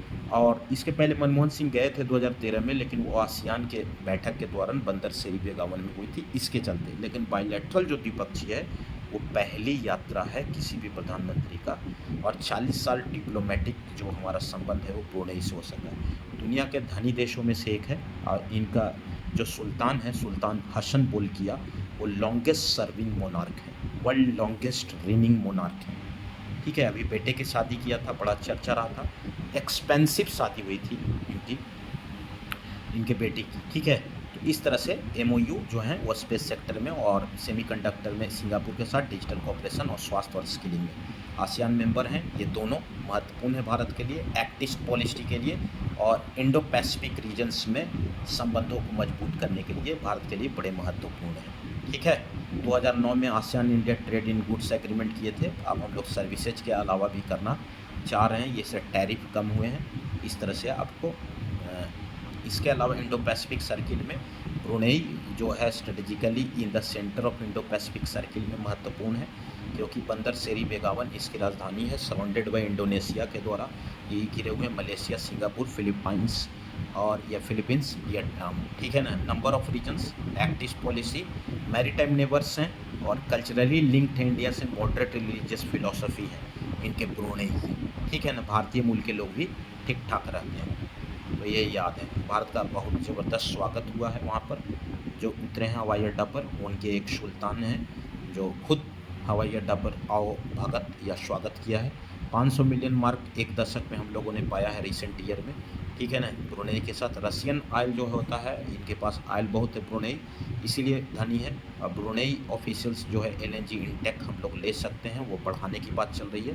और डिस्कसिंग हम लोग क्या किए डिफेंस कॉपरेशन में, है ना। तो इस तरह से वर्किंग ग्रुप काम करेगी। और बंदर शरी बेगानो में जो सुल्तान बोल्कियाँ हैं 1-to-1 मीटिंग करेंगे, डेलीगेशन लेवल की बात हुई है। और न्यू इंडियन चांसरी बिल्डिंग का उद्घाटन प्रधानमंत्री कर दिए हैं, ठीक है ना। और भारतीय मूल के लोगों को भी संबोधित किया। प्राइम मिनिस्टर जो मनमोहन सिंह, वो बायलैटरल विजिट किया था, बायलैटरल विजिट नहीं किया था, बैठक के लिए 2013 में वाइस प्रेसिडेंट 2016 में वाइस प्रेसिडेंट होते हुए विजिट किया था। उसमें मेनी MOU साइन हुए थे। First Indian PM to bilateral visit there, ठीक है। सिंगापुर में मोदी एड्रेस CEO मेनी कंपनियों के जो चीफ और एग्जीक्यूटिव ऑफिसर्स हैं उनको संबोधित करेंगे। India growth story first hand, इस विषय पर वो बात करेंगे। बड़े इम्पोर्टेंट हैं, ठीक है ना। हम लोग कई बात करते रहते हैं। नेक्स्ट हम लोग है कि जो आप जानते होंगे पार्लियामेंट्री स्टैंडिंग कमेटी होती है, 1993 में आया था, 17 से स्टार्ट हुआ तो आजकल 24 हो गए। 16 लोकसभा से आते हैं, 16 लोकसभा से और 8 राज्यसभा से, मीन्स राज्यसभा का होता है। और पार्लियामेंट्री स्टैंडिंग कमेटी में जो संसदीय स्थायी समिति होती है, डिपार्टमेंट रिलेटेड, है ना, विभागीय संबंधित संसदीय स्थायी समिति DRPSC, ये 24 होते हैं। 93 में नरसिम्हा राव की सरकार प्रधानमंत्री होने के नाते लाया था, और इसको बाद में 17 से 24 कर दिया गया। इसमें न्यूमेरिकल स्ट्रेंथ के अनुसार कांग्रेस को 4 मिलेंगे, 3 लोकसभा में, 1 राज्यसभा में, ये बात है। ये विदेश वाले मांग रहे हैं, और वित्त और डिफेंस वाले इसको रिजेक्ट किया है गवर्नमेंट के द्वारा। इनको दिया जा रहा है ग्रामीण विकास, शहरी और आवासन मामलों के, और श्रम, वस्त्र और कौशल विकास इसमें तय नहीं है। बाकी DMK वगैरह को 1, समाजवादी को 1, तृणमूल को 1। तृणमूल इस पर कोई नेगोशिएशंस नहीं करना चाहती है, और समाजवादी पार्टी बोल रहे हैं कि हमारे जो सदस्य हैं वो ज़्यादातर जूनियर हैं, इनएक्सपीरियंस मतलब है, उतने अनुभवी नहीं हैं, इसलिए हम लोग जो है वो राज्यसभा वाला ही लेना चाहते हैं। पिछले बार जो है हेल्थ को लीड कर रहे थे MP राम गोपाल यादव, अब जो है वो parliamentary standing committee department related DRPSC, उसका हेल्थ का लीड कर रहे थे। बाकी अब क्या मिलेगा ये कहना मुश्किल है, ठीक है ना। राज्यसभा के एम्बिट वाले ही हम लेना चाहते हैं, क्योंकि नेसेसरी पार्लियामेंट्री एक्सपीरियंस नहीं है। बाकी DMK को भी मिलेगा, तृणमूल कांग्रेस को भी। और तृणमूल के डायरेक्ट ओब्रेन वो कह रहे हैं कि बाकी देखिए जो है वो BJP wants to turn parliamentary deep dark chamber exactly month since election results के साथ sign off committee being formed, इस तरह से वो कह रहे हैं। जयराम रमेश इसके पहले हेड हुआ करते थे राज्यसभा में, advance related by Rajya Sabha members. Congress has demand committee on home ministry, Rajya Sabha में मांग की है। और जबकि उनको science and technology, environment and forest which was headed by Jairam Ramesh in the last term, ठीक है। नेक्स्ट हम लोग आते हैं, कैबिनेट ने बहुत से चीज़ों को ओके किया। पहले एक इमरजेंसी मूवी आ रही है जिसमें कंगना रनौत वगैरह ने एक्टिंग किया है, उस पर पब्लिक इंटरेस्ट लिटिगेशंस लगे हैं। Central board of film certifications Madhya Pradesh high court ने नोटिस जारी किया CPMC को। पब्लिक इंटरेस्ट लिटिगेशन जनहित याचिका के माध्यम से release of BJP MP Kangana Ranaut film emergency, इसमें इंदिरा गांधी के रोल में वो आई हैं, जो इमरजेंसी 1975 में लगाए गए थे, जून 1975, उसके लिए ये बातें की गई थी 25 जून 1975 को। तो वो चीज़ें मणिकर्णिका फिल्म सेंट्रल, इस तरह से वो क्लियर्ड बाई इंदिरा गांधी, इसमें कैसे की हैं ये फिल्म में former prime minister has been clear date. Ranaut plays Indira Gandhi के रूप में ये आई हैं, और they response for the next hearing on 3 सितंबर को ये इसकी नेक्स्ट हियरिंग होगी, मैंने मीन्स आज ही थी। कैबिनेट ओके 7 स्कीम, ये थी, यहाँ पे रखिएगा। Cabinet approved, union cabinet approved 7 schemes जो फार्मर्स के लिए, वो 14,235.30 करोड़ का वो अनुमति दिया है, जिसमें सबसे महत्वपूर्ण है 2817 करोड़ का डिजिटल एग्रीकल्चर मिशन। इसमें क्या होगा, बहुत महत्वपूर्ण है, ये याद रखेंगे। इसमें एग्री स्टैक बात करने की बात की, एग्री स्टैक और फार्मर्स विलेज, ये सब का एक फंक्शन करेंगे। रजिस्ट्री ऑफ फार्मर का होगा, फिर विलेज और लैंड का मैप होगा, फसलों का मैप होगा, कृषि डिसीजन सपोर्ट लिए जाएंगे। इसमें जियो स्पेशियल सेटअप करेंगे जाएंगे, सॉइल की इंफॉर्मेशन, वेदर का प्रोफाइल मैपिंग, और फिर वाटर रिसोर्सेज का soil profile mapping. Soil profile mapping जो होगा, एक का रेशियो 10,000 स्केल पर होगा, 10,000 बाई 1 या 1/10,000 स्केल पर 142 मिलियन हेक्टेयर एग्रीकल्चर लैंड है। इसके अलावा क्रॉप साइंस पर फूड न्यूट्रिशन सिक्योरिटी के लिए 3,979 करोड़ की अनुमति दिया है, जिसमें भी न्यूट्री फसल 2017 तक खाद्य सुरक्षा 2047 तक विकसित भारत के लक्ष्य में खाद्य सुरक्षा को पूरा करना है, तो क्लाइमेट रेजिलियंस चाहिए। इसके अतिरिक्त एग्रीकल्चर सेक्टर में एजुकेशन में प्रबंधन सामाजिक साइंस की अनुमति के लिए 2291 करोड़ की अनुमति यूनियन कैबिनेट ने दी है। इसके अलावा लाइव स्टॉक के लिए, सस्टेनेबल लाइव स्टॉक के लिए 1702 करोड़, और क्योंकि डेयरी प्रोडक्ट्स और ये सभी चीज़ों के लिए महत्वपूर्ण है। और फिफ्थ स्कीम जो है सस्टेनेबल डेवलपमेंट और हॉर्टिकल्चर, चाहे वो हॉर्टिकल्चर में प्रमोट के लिए सब ट्रॉपिकल हो, टेम्परेट हो, उष्णकटिबंधीय हो, उपोष्णकटिबंधीय हो, या शीतोष्णकटिबंधीय जो हॉर्टिकल्चर फसलें होती हैं उनकी जड़ें, ट्यूबर, बल्ब्स, इसकी अनुमति, या वेजिटेबल्स सब्जियां, फ्लोरिकल्चर फूलों का उत्पादन, मशरूम पर बहुत ध्यान। कृषि विज्ञान केंद्र जो भारत में है उनको मजबूत करने के लिए 1202 करोड़ और 1115 करोड़ स्पेंड किए जाएंगे प्राकृतिक संसाधन प्रबंधन के लिए। बड़े महत्वपूर्ण है ये, ठीक है। एग्री स्टैक जो है वो बड़े महत्वपूर्ण है भारत के लिए। इसके अलावा मुंबई से इंदौर रेलवे लाइंस को एक शॉर्टेस्ट दूरी है जो भारत को सेंट्रल इंडिया से पश्चिम भारत से जोड़ेगा, मुंबई के मनमाड से इंदौर तक। इंदौर एक महत्वपूर्ण स्वच्छ शहर है, हाईटेक सिटी हो रहा है।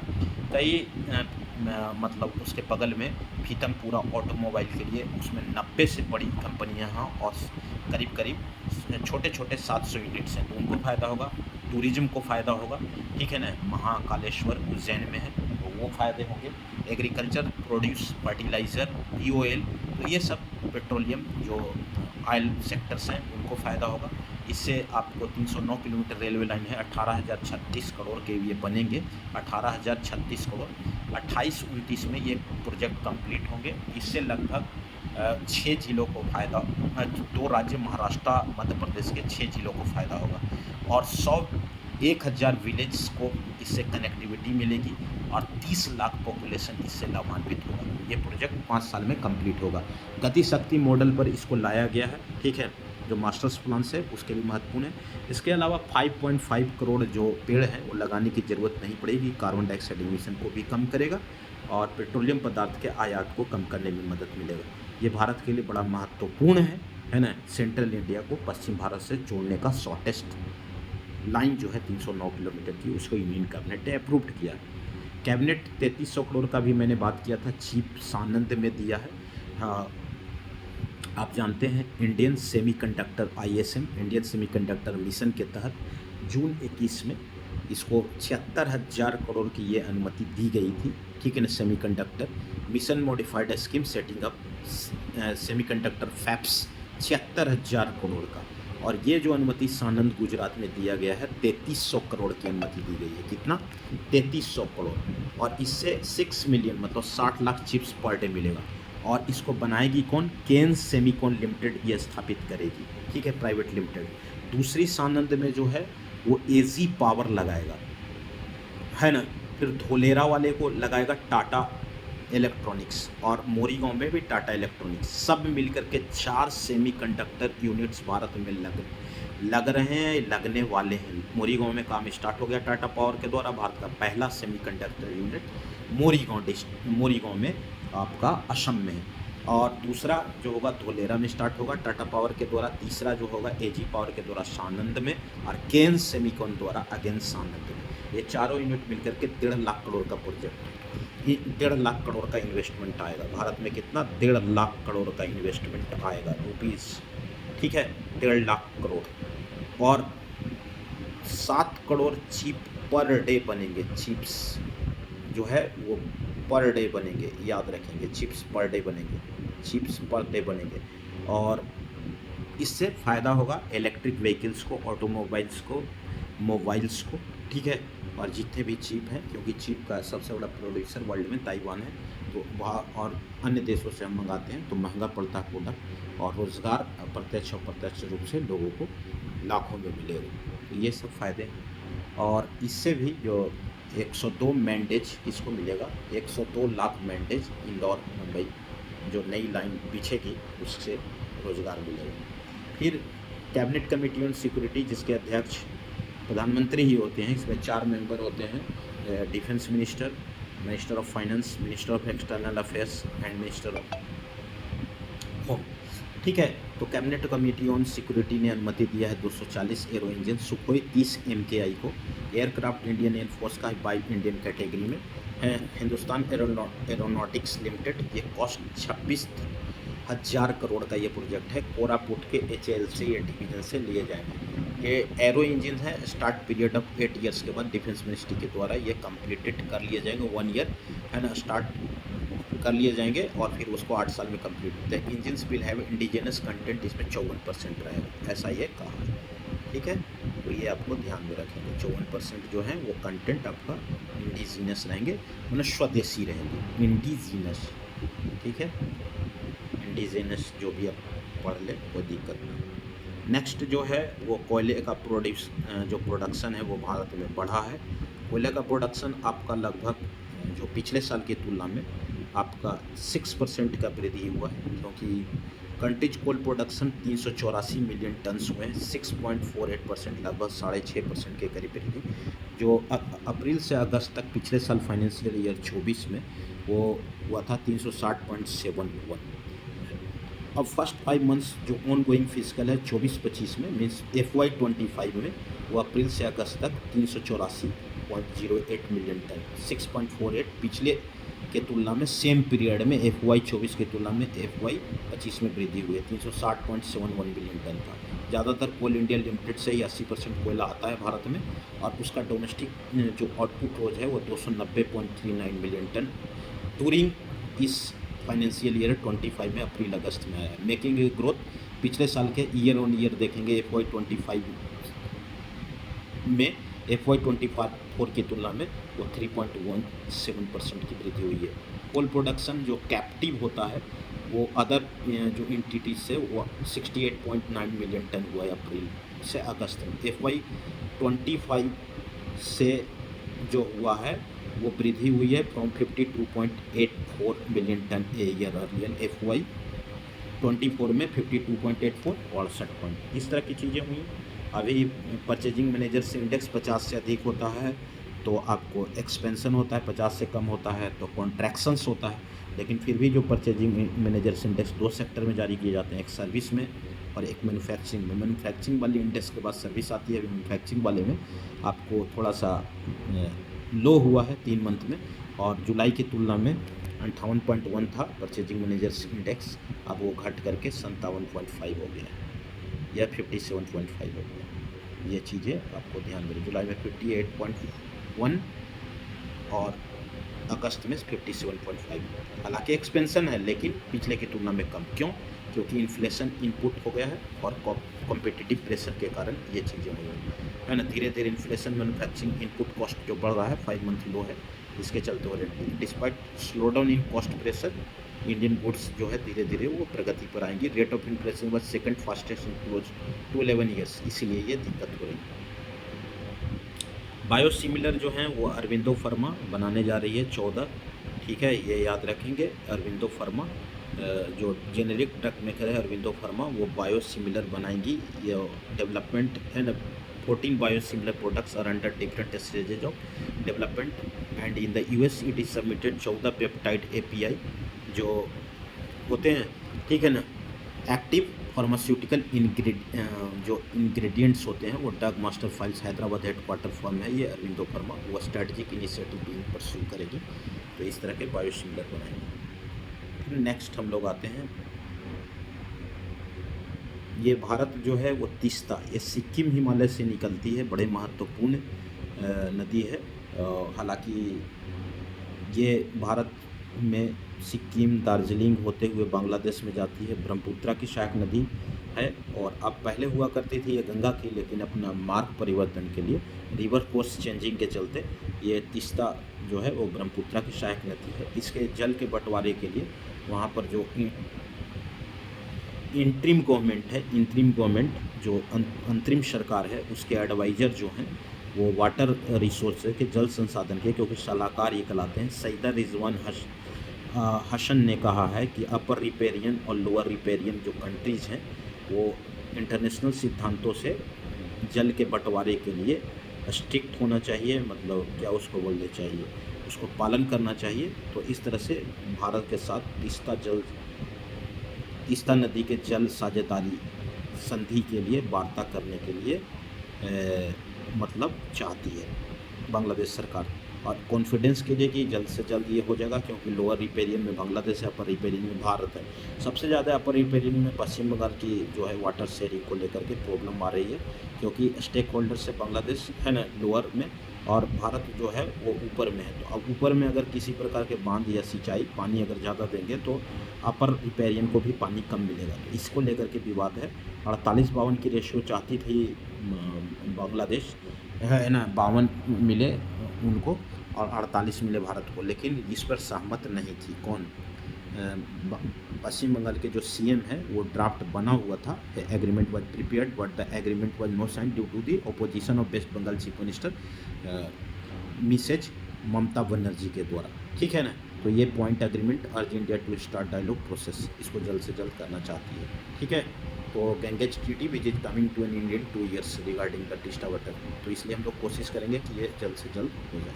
इससे फ़ायदा भी होगा भारत को भी और बांग्लादेश को भी।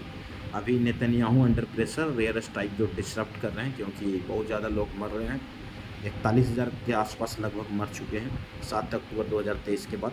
तो उन पर जो हॉस्टेज हैं, जो बंधक 200 प्लस हैं, 7 अक्टूबर को आज सुबह जो हमला किया गया था हमास के द्वारा साउदर्न इजराइल नॉर्थ में, तो वहाँ पर हॉस्टेज जो बनाए गए उनके लिए हॉस्टेज को छुड़ाने के लिए वहाँ पर सड़क पे आ गए हैं, जिसे नेतन्याहू प्रेशर में है, ठीक है ना।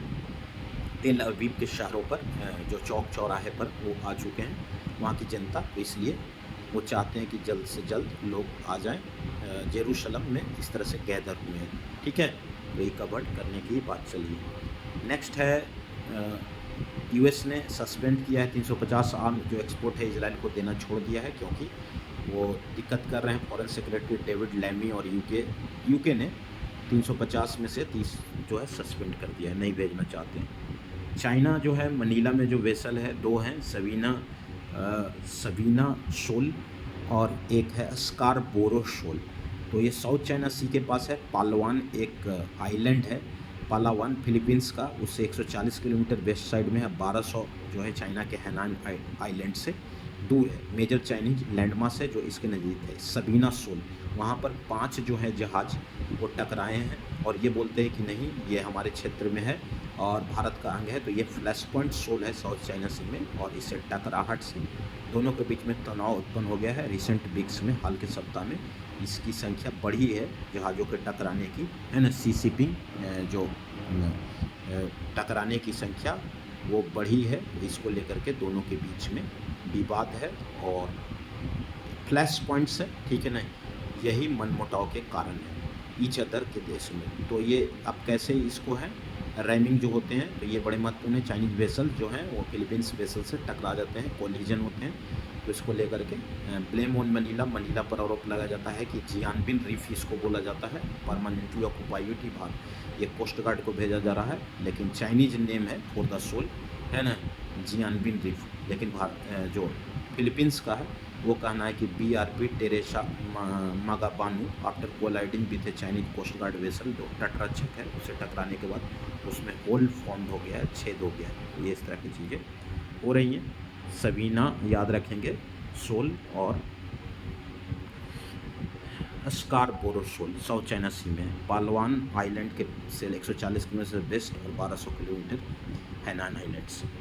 और मदुरो अब वेनेजुएलन प्रेसिडेंट है निकोलस मदुरो, उनका प्लेन जो है डोमिनिकन रिपब्लिक जो फ्लोरिडा किया था उसको ले लिया गया था सैंक्शन, क्योंकि यूएस के द्वारा सैंक्शंस किए गए हैं, वायलेशन का उल्लंघन हो रहा था, उसको कब्जे में लिया गया था, ठीक है ना। तो प्लेन साइटिंग सेलेशन के लिए यूएस ने सीज किया था। तो इसको लेकर के दोनों के बीच में विवाद है इलीगली। आप देख लीजिए जो सुमित अंतिल हैं, उनको सुनीत अंतिल सुधार लीजिएगा, सुमित अंतिल, उनको पारा ओलंपिक्स में record 70.59 metre javelin F64 category में गोल्ड मिला था। 26 ईयर हैं इनके। पहले इनका रिकॉर्ड जो है वो टोक्यो पारालंपिक्स में 68.5 mm का है। फाइव 5 मीटर का है और दूसरा वर्ल्ड रिकॉर्ड इनका जो है वो 73.29 मीटर का है।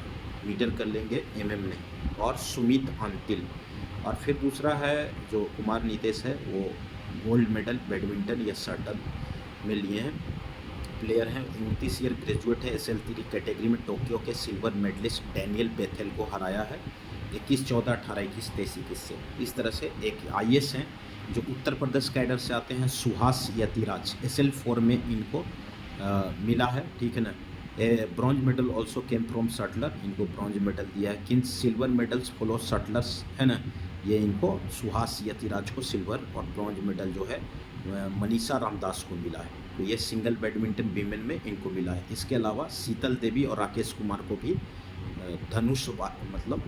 क्या उसको बोले धनुषबाजी में, आर्चरी में मिला है, ठीक है। शीतल देवी और राकेश कुमार को, सुहास यतिराज L इनको मेंस सिंगल में सिल्वर मिला, ठीक है ना। बैडमिंटन खेलते हैं, शटलर हैं, क्लिंच्ड, ठीक है। ये IAS भी हैं, नोएडा के DM भी रह चुके थे, गाजियाबाद के DM रह चुके थे कोविड-19। अब हम नेक्स्ट हम लोग आते हैं कोकोआ। अभी चर्चा में था, IAS में पूछा था, कोट दी आइवरी घाना के से ऊपर उसको पीछे करके सबसे बड़ा प्रोड्यूसर है कोकोआ का। इसका सबसे बड़ा प्रयोग होता है चॉकलेट बनाने में, है ना। तो ये क्या होता है कि जो लैब्स में जैसे आप चिकन मीट बन रहे हैं, उसी तरह से इनको लैब में कम समय में उपजाया जा सकता है। 1 सप्ताह में बना दिया जा रहा है, क्योंकि उसके उत्पादन पर प्रभाव पड़ा है ड्यू टू क्लाइमेट चेंज के कारण, है ना। तो रेन फॉरेस्ट एरियाज में इनके उत्पादन जो है सेंसिटिव बीन्स कम हुए हैं, हाईली सेंसिटिव होते हैं। Chocolate lovers need not despair, उसको निराश होने की ज़रूरत नहीं कि कोकोआ जो है वो कोकोआ सब्स्टिट्यूट डेवलप किए जा रहे हैं साइंटिस्ट और उद्यमियों के द्वारा। मोर कोकोआ कैसे भाई, नॉर्दर्न का, क्योंकि ये 20 डिग्री नॉर्थ लैटीट्यूड और 20 डिग्री साउथ लैटीट्यूड में होते हैं अमेरिका में, और अफ्रीका, सेंट्रल और वेस्ट अफ्रीका में होते हैं। कोट डाइवरी और घाना ये लीडिंग प्रोड्यूसर हैं। नॉर्दर्न कैलिफोर्निया टू इजराइल, ये कैसे होंगे ट्रॉपिक्स में। नॉर्दर्न कैलिफोर्निया कल्चर्ड, एक प्लांट सेल कल्चर कंपनी है, वो सैक्रामेंटो में, वेस्ट सैक्रामेंटो में कैलिफोर्निया में उपजा रहे हैं। कैसे, वो कोकोआ बीन को एक बर्तन के टाइप में शुगर के वाटर में, चीनी जल में वो रखते हैं, और ये धीरे धीरे उत्पन्न हो जाता है, रिप्रोड्यूस हो जाता है क्विकली, और रीच मैच्योरिटी, परिपक्वता 1 सप्ताह में हासिल कर लेते हैं। 6 to 8 मंथ्स ट्रेडिशनल हार्वेस्ट को लगता है, 6 से 8 महीने इनको 1 सप्ताह में हो जाते हैं। तो इससे फ़ायदा है। और कोकोआ जो है ट्री वो grow about 20 degree north south of the equatorial region, warm weather, गर्म चाहिए, इज एबंडेंट, पर्याप्त वर्षा चाहिए, क्योंकि आजकल वर्षा कम हुई, वेस्ट अफ्रीका और साउथ अमेरिका में होता है, ठीक है, और सेंट्रल वाले में भी होता है। Dry out land, additional heat चाहिए। Chocolate lovers coming up the ways of grow cocoa, इसलिए क्योंकि US में जो है सरपासिंग 25 बिलियन $, इसकी सरपास हो गई, ये याद रखिएगा, ठीक है। तो ये आपको ध्यान में रखना है। और ये नेशनल कन्फेक्शनर्स एसोसिएशन ने कहा है कि 25 बिलियन $, सरपास इसके सेल हुए हैं। चॉकलेट मैसिव मार्केट है US, तो ये डिमांड है। Supply of cocoa company looking either booster supply, cell based cocoa, या offering alternative made from oats या कैरोप्स से बना लें अल्टरनेटिव, तो ये आपको ध्यान में रखना है। Price of cocoa sold earlier, बहुत बड़े इस साल हुए थे, इसलिए क्वेश्चन IAS में पूछा था इस साल प्रीलिम्स में। तो crop West Africa due to plant disease के कारण या चेंज इन वेदर के कारण, यही रीज़न है जो विश्व के सबसे बड़े कोकोआ उत्पादक क्षेत्र हैं, चाहे कोट दी आइवरी हो या घाना हो, इसी वेस्ट अफ्रीका में होता है। उनका डिजीज या वेदर के चलते ये दिक्कत होती है, पोटेंशियल जो है इंस्टेबिलिटी आ रहा है। Lab grown cocoa substitute company उसको रिप्लेस करके इंग्रेडिएंट्स को यूज कर सकती है। चॉकलेटरी फ्लेवर्ड होगा, वो चोको पाई के टाइप के होते हैं, है ना। अफ्रीकन और अमेरिकन स्टडीज में हार्वर्ड में ये सब चीज़ किया गया है। US चॉकलेट में इसका लार्जेस्ट ड्रिवन हो रहा है। 3/4 of the world cocoa is grown in West and Central Africa. 4% ही कंज्यूम यहाँ होते हैं। 96 मतलब 100% नहीं, 75% उत्पादन, 4% कंज्यूम, ठीक है। सबसे ज़्यादा जो प्रोड्यूस होते हैं US come after other product. Push to produce cocoa induce chicken meat की तरह ही यहाँ उपजाए जा रहे हैं। वो चोको पाई के रूप में सुपरमार्केट में मिल रहे हैं। इवॉल्विंग स्नैक ऑप्शंस, ये कोकोआ अल्टरनेटिव जो चॉकलेट चिप कुकी के रूप में, even if chip contents cocoa substitute, ये याद रखना। इस तरह से ये महत्वपूर्ण थे। और भारत के लिए बड़ा महत्वपूर्ण है। सेमीकंडक्टर हो या जो डिजिटल एग्रीकल्चर मिशन हो या हॉर्टिकल्चर हो या एग्रीकल्चर के जो मैनेजमेंट है या शिक्षा में नेशनल एजुकेशन पॉलिसी या सोशल साइंस या नेशनल जो रिसोर्स मैनेजमेंट है या कृषि विज्ञान केंद्र के जो अनुमति दी गई है संघ कैबिनेट के द्वारा, यूनियन कैबिनेट के द्वारा, वो बड़े महत्वपूर्ण है। वो 14,335 करोड़ का जो प्रोजेक्ट है वो बड़े महत्वपूर्ण है। 217 करोड़ में 1907 करोड़ के आसपास सेंट्रल शेयर होगा एग्री स्टैक वाला जो डिजिटल एग्रीकल्चर मिशन है। और अभी बजट में भी 100 खरीफ फसलों की क्रॉप प्रोफाइलिंग की बात की गई है, डिजिटल क्रॉप प्रोफाइलिंग। तो उससे फ़ायदा हुआ किसानों को, कब उनको देनी है पेस्टिसाइड, कब देनी है फर्टिलाइजर्स, ये सब पता चलेगा, कौन से रोग हैं और कब उनको इलाज करनी है, जिससे फसलों के जो प्रोड्यूस हैं, फसल उत्पाद हैं, वो कम नहीं होंगे। तो इस तरह से चीज़ें ने ये है जीन ऑफ थॉर्न्स, इसको हम कल डिस्कस करेंगे। चैनल को ज़्यादा से सब्सक्राइब करिए। लंबा वीडियो हो गया, पूरा वीडियो देखा करिए। कल इसको पुनः मैं लाऊंगा 4 सितंबर के साथ और ये वाला रिमेनिंग बाकी 1-2 सितंबर वाला भी कर दूँगा, ठीक है। वीडियो को ज़्यादा से ज़्यादा शेयर करिए, चैनल को सब्सक्राइब करिए। कांटेक्ट करने के लिए 8210830204 पर